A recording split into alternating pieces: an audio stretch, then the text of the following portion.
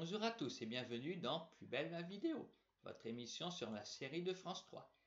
Nous allons revenir sur les événements de la semaine écoulée en images où les intrigues sont en train de se terminer, pas mal d'arrestations, pour certaines ça va plus vite qu'on pourrait le penser, et voilà, coup de théâtre, une nouvelle intrigue qui commence sans tarder et sans crier gare. Oui, nous aurons donc vu la police mettre fin à la cavale du couple Merle. Ça a été très rapide. Et voilà qu'ils vont en cage. Léon retrouve sa mère grâce à Super Barbara. Tout est bien qui finit bien. On attend de voir si Barbara va se mettre bientôt en couple avec Nathan. Sinon, cette semaine, après avoir été assailli de multiples visions sur sa fille, Vitreuil a décidé d'aller se dénoncer. Comme ça, Clémentine sort de prison et les personnes de confiance sont en train de s'occuper de Jeanne, qui a bousé. Alors, peut-être bientôt un réveil. Est-ce qu'il faudra attribuer ça à Marcus ou non?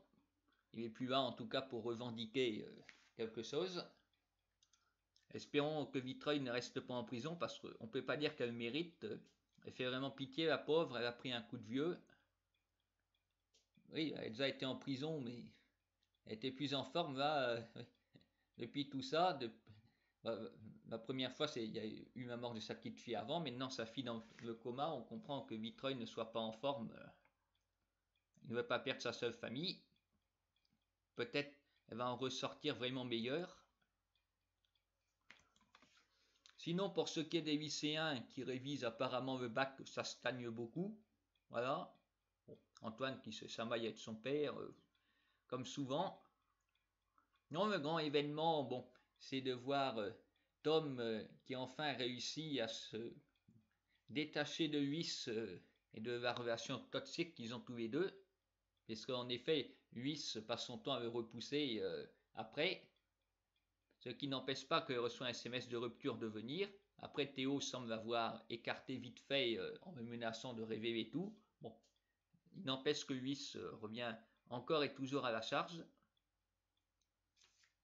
Et nous avons vu quelque chose discrètement aussi.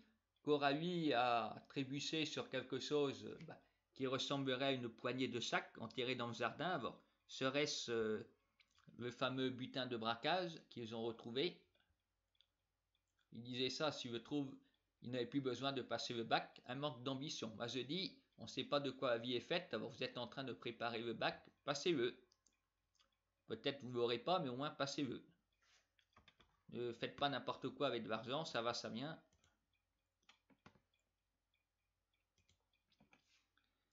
Alors cette semaine, nous aurons vu toujours Ariane, bon, qui a des problèmes avec sa belle-sœur. Les deux ne s'entendent pas. Alors on pouvait penser que ça avait pimenté le quotidien des épisodes pendant un moment. Eh bien en fait, pas du tout, puisque ça a été la grosse surprise. Alex, voilà, est retrouvé mort. C'était inattendu, on ne soupçonnait pas parce que le personnage avait disparu des écrans depuis un petit moment. Là il revient et puis pour pas longtemps. Alors bien sûr on peut se demander qui c'est. Nous avons vu spectateur Patrick Nebout le frapper. Il parlait de problèmes visiblement avec Babette. En fait, on nous casse tout et ça je déteste. On a beau regarder l'épisode, il n'y avait aucun signe avant-coureur qui avait arrivé un truc au psy. Les tensions nous étaient cachées. Alors voilà, Patrick peut être soupçonné, bien évidemment, puisqu'il a fait usage de la violence. D'après ce que nous a dit Léa, ça fait oui, un mois que les relations sont pas bonnes, mais on voit pas, on nous montre pas. Alors là, bon, on soupçonne Thomas, enfin, sous prétexte qu'il est impatient, parce qu'il a des passions plus violentes, bon, un qui s'en est pris à Ariane et qu'elle va retrouver. Voilà, parce que soupçonner évidemment Thomas, on se dit, bon, il était bizarre ces derniers temps, mais de là avait tué le psy à son domicile. Mais il y a quelqu'un aussi qu'on peut soupçonner, c'est sa sœur, voilà, parce qu'après tout, elle arrive à Marseille la semaine dernière, et là, hop, il est tué. On peut se demander pourquoi. La raison, c'est peut-être justement une question d'héritage, parce que si elle pensait, ben oui, qu'il allait se marier avec Ariane et qu'elle n'aurait rien après sa mort, elle a décidé de prendre les devants et le tuer tout de suite, puisqu'elle dit à Ariane, vous n'êtes rien pour lui. Elle a quand même emménagé chez lui, elle le savait.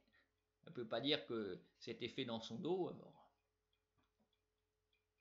Enfin, pour ce qui est d'Alex, il y a un dernier élément discret qu'il faut mettre en avant. Il avait parlé avec un de ses confrères, visiblement, d'un problème qu'il avait pu avoir avec des patients. Ça a été resté très flou sur le sujet. Enfin, il s'agissait d'Ariane, sa relation avec sa patiente. Alors je me dis, voilà, ça a peut-être un rapport avec tout ça.